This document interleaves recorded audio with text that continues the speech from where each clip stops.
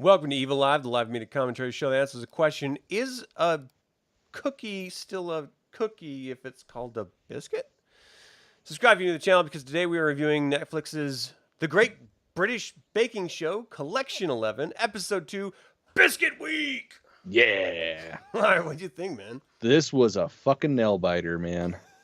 Dropped cookies. Fucking over curdled. Well, not over curdled. Obviously, if something's curdled, it's curdled. But man, this was a good one.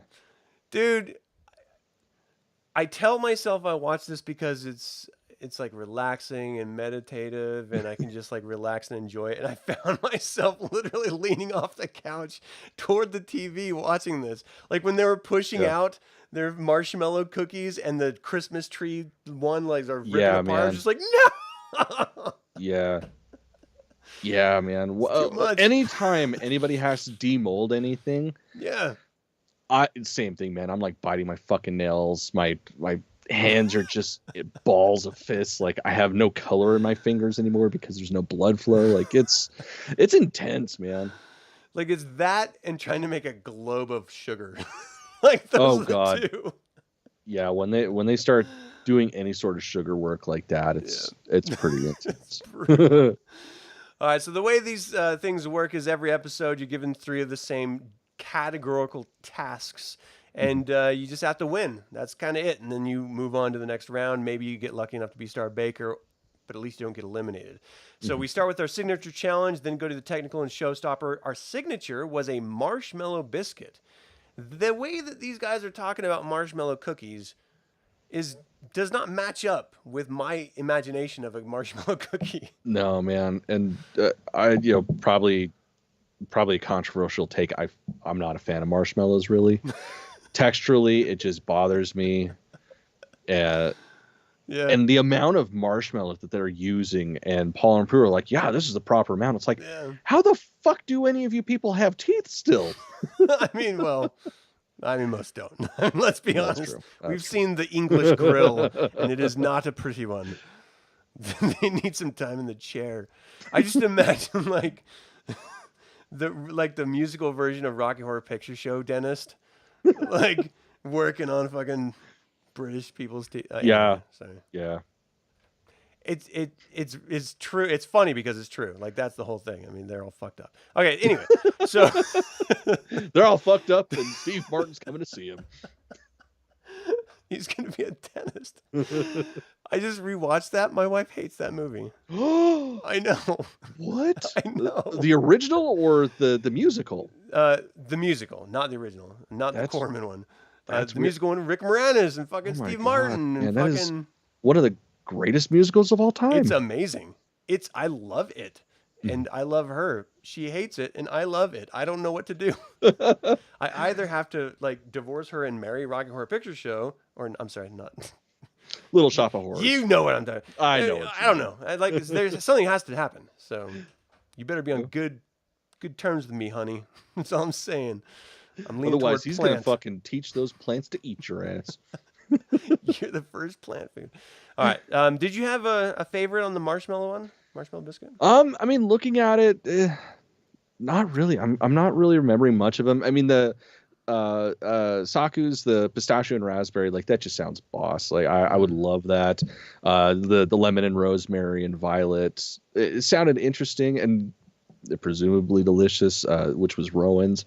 Yeah. Other than that, like the rest, I'm looking at the names and I really don't remember. But I just barely watched this. Yeah, I just watched it today, and I just like the characters more than I like their food. I mean, you throw up a marshmallow cookie, I'm checked out.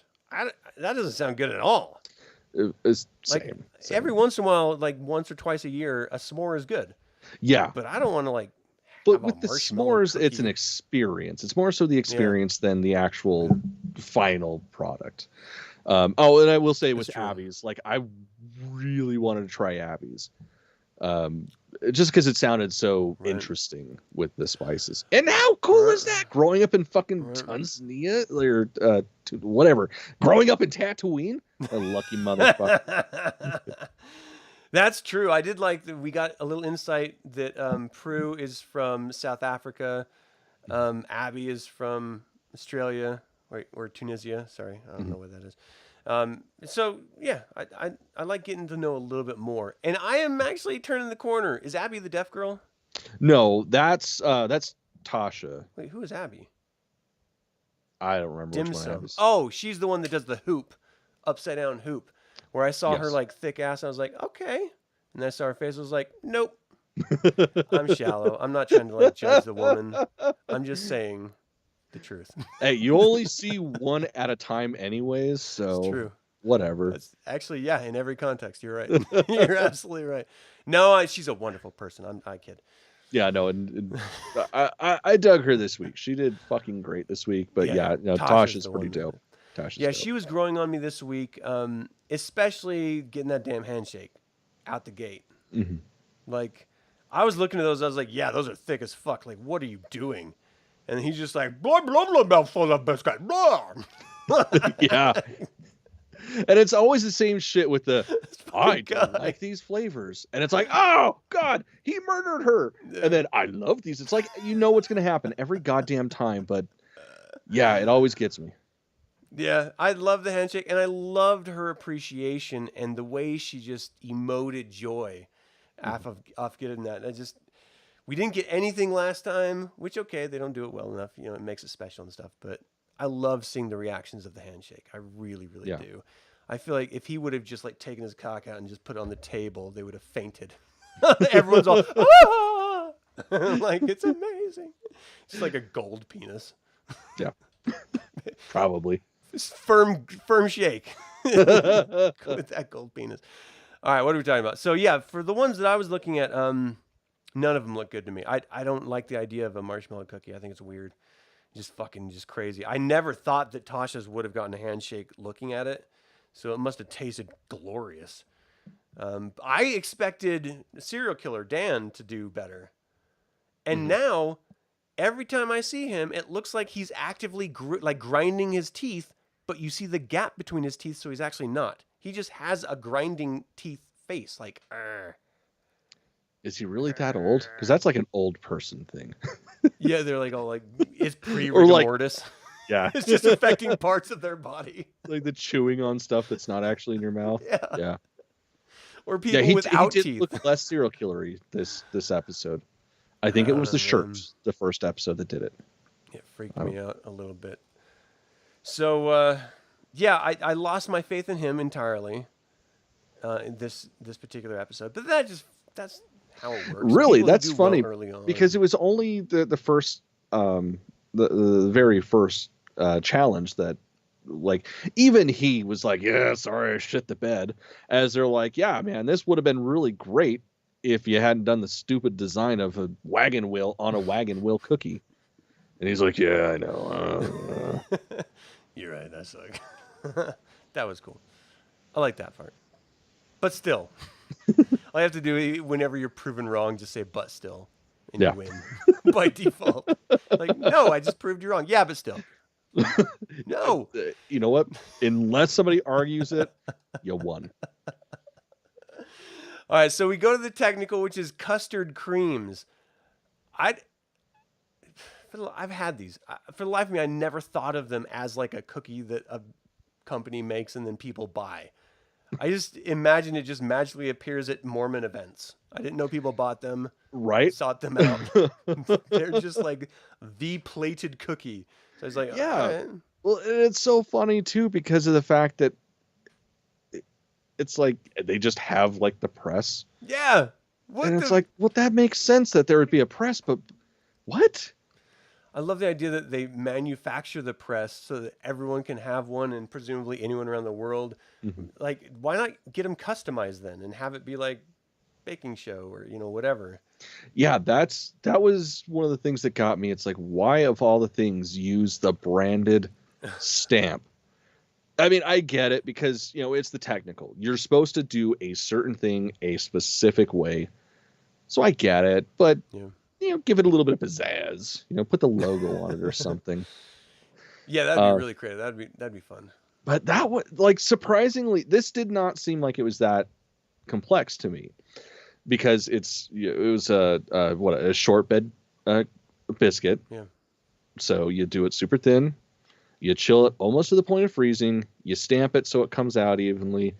You bake it low and slow so it gets nice and firm, and then you make an Italian meringue custard. Like, it can't be that complex. I understand that it is, but these are people that have qualified in baking to be on the cream of the crop baking show. Yeah. And just everybody got their asses kicked. All but 2 people. Yeah, this is the exact opposite of the last technical challenge. Yeah. Yeah, like, definitely. Everyone knocked it out of the park last time. This time everyone shit the bed. And it's just a cookie. That's it. Yeah. I just couldn't believe how everyone was like, it seemed like when they called 10 minutes, no one had done anything to assemble. And so they had to assemble everything within 10 minutes. I was just like, how is this going to work? And I'm on the edge of my stupid couch. I'm supposed to be relaxing. God damn it. Yeah. Oh, they got me again. So every goddamn time, man. I never wanted to try one of them. Like looking at them, you give me a piece of the last technical challenge and I'll like swim in it. Like Scrooge McDuck. Yeah. 100%. Like, that's how I want to die, is just by planting my face in one of those cakes and just never coming up again. That's these cookies, where the missing raspberry went. Yeah, it's lodged in my fucking frontal lobe. Yeah, with these, it's like, the only thing it made me think was like, man, how did I used to fucking live off cookies like that? That doesn't look appetizing at all. No, not at all. So first was Abby. Just knocked it out with the best fucking weirdest cookie. Yeah. There was a lot of like attempted pressing cookie humor that Noel was doing. He was doing a lot of crowd work. It wasn't really working for me at all. No, it did fall pretty flat. I did love when he went up to Sokka and he was like, can I jump on your back? She's like, no. I'm cooking. He's like, okay, joke didn't work. See ya. She's all, thanks. Yeah, that shit was so good. This is so funny. And I'm actually kind of warming up to the new host. At first, I was a little standoffish. You know, they've gone through so many hosts. Yeah, exactly. It's the new kid in class. You don't want to become friends immediately, because what if they're the fucking weirdo? Yeah. And then I'm not hating her. And then she goes to have a conversation with Keith, and he's like, bitch, I'm busy. I don't want to do any stand-up for you. I did a joke once in high school. I'm not going to tell you shit. So funny. And she was just like pressuring, trying so hard to get anything. He's like, look, the bell went off. Fuck off, please. Dude, that's the thing. Like, she kept trying to get him to do a stand-up bit, and all he's doing is making smart-ass remarks back to her that are fucking legit hilarious. And she's just, you can tell she's just trying to keep the host face, but she's like, this motherfucker's get me. Like, he was fucking funny. Oh man, he's actually doing his bit, and she doesn't even realize it. Oh man, that would have been I'm the bit. The best part if that was the case. Amazing. Maybe that's why he's out. She made a fuss. No, maybe. No, I actually like. Other than that moment, I really liked her again in this episode. I'm warming up, and I liked her engagement with Noel this episode more than last. It seemed like Noel was like, oh, and like hugging her and like welcome to the family a lot last episode. This one, he's just like, hey, let's just have some fun. Yeah. I dug it. When she made fun of his size of his head at the very beginning of this entire episode, I had never once considered his head as large, and now I can't think of it anything else. So anytime I hear somebody make fun of somebody's head size, I just wonder, is like, what size hat do they wear? Because I've got a huge fucking head, and I would hate to see what they think of me. I'm leaning back, so mine's tiny. Yeah, I can't, man. And it's all even leaning back, it's still like, holy shit, look at the size of his head compared to that door or something. Yeah, no, it's huge. There's not much in there. Oh man. So I like that they struggled at the technical. And then the signature, I didn't know what they were going to do. These illusion challenges, they never really work. Except this time it kind of did. No, man, that's the thing. Like, there were a couple that legit were fucking illusions. Because that's one of my biggest bitches about any sort of baking competition or anything, is when they do the illusions and everybody's so like, oh my God, it looks so real. It's like, the fuck are you? Do you live inside of a kid's coloring book or something? Nothing of this looks real. No, man, there were a few things that looked pretty fucking good. Yeah. Like the charcuterie boards. Yeah. Pretty much all of them looked pretty goddamn good. And it was funny with sorry, I'm looking at the notes right now. Who did? I don't remember. There was the one lady that was doing like the prosciutto and stuff, but it's fondant. It's rolled out. Right. You got to crumple it up to make it look like prosciutto, and they're like, "Oh, that's a really cool bacon," and she's getting so flustered by it. It was pretty funny to me. Yeah, she did a terrible job with that. And the thing is I've been secretly like crushing on her, so I'm like, she's got to do well. Or else I'm a bad person for crushing on a loser. That's fair. That is fair. Again, I'm shallow, people. What do you want? So, I mean, like, I'm wanting her to do so much better, but this challenge, I was just like, what the fuck are you doing, woman? Like, God damn it, I can't crush on you anymore. You're shit in the bed. I don't like. And it's so funny too because so many people made similar things, and they were so contrasting. Like the ones that were done great were fucking well, and then the ones that were like that but not done well, it's like, God, that looks like somebody just melted some crayons on some shit. We had a lot of really good one. I really love the dim sum brunch.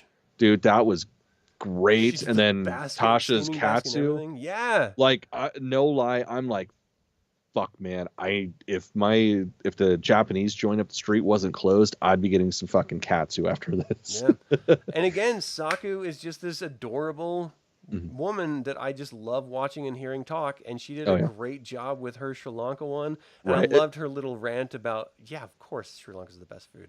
Not even a question. Yeah, of course. And I'm like, I've never had the best food in the world yet. God damn it, I need to try Sri Lankan food. Like, fuck. Right.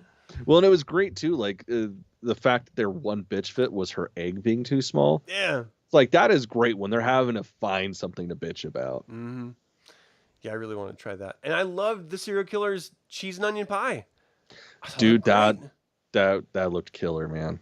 God, there's so many of these that were so good. I did not see the handshake from the burger. Because me looking at the burger, until they started dissecting it, I was like, well, that's a cartoon burger.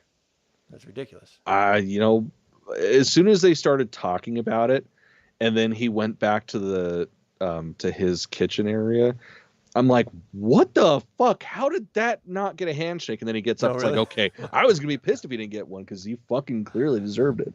Yeah. Like the look of tomatoes. It was. Yeah, the tomatoes were fucking brilliant, man. Like that was great. I've never seen anything like that. So it was wonderful. And like, I mean, make biscuits look like a hamburger. It's hard, but that was pretty goddamn close. Especially like the texture of the burger itself. As somebody that's eaten a lot of like veggie burgers and black bean burgers and shit like that's pretty much what they look like if they're done right. Oh wow. So I dug it.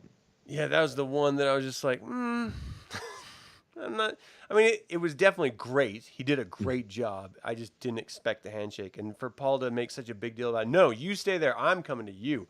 I'm sorry. I thought about it. You deserve this. Awesome. I mean, like, I like the moment. I enjoy that aspect of it. But then it is a bit of a pretentious thing. Like, it wasn't good enough for you to remember to do it. So then why the fuck do I care if you give me a handshake? I know I knocked it out of the park. You know I knocked it out of the park. Everyone else knows I did it. So you take your handshake and shut up your ass. Like, at that point, what's the point? But anyway, it was cool.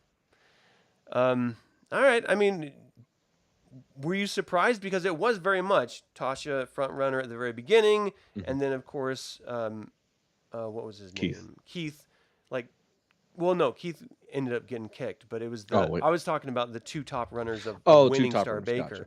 So it was the burger guy, and then it was Tasha, the deaf girl. So between them two, did you think Burger was going to win, or like what was your? No, I kind of figured, like, even though she did so poorly in the technical, she really did. I feel like that didn't really count because everybody fucked up. Yeah. Because everybody underbaked their shit or it was sloppy.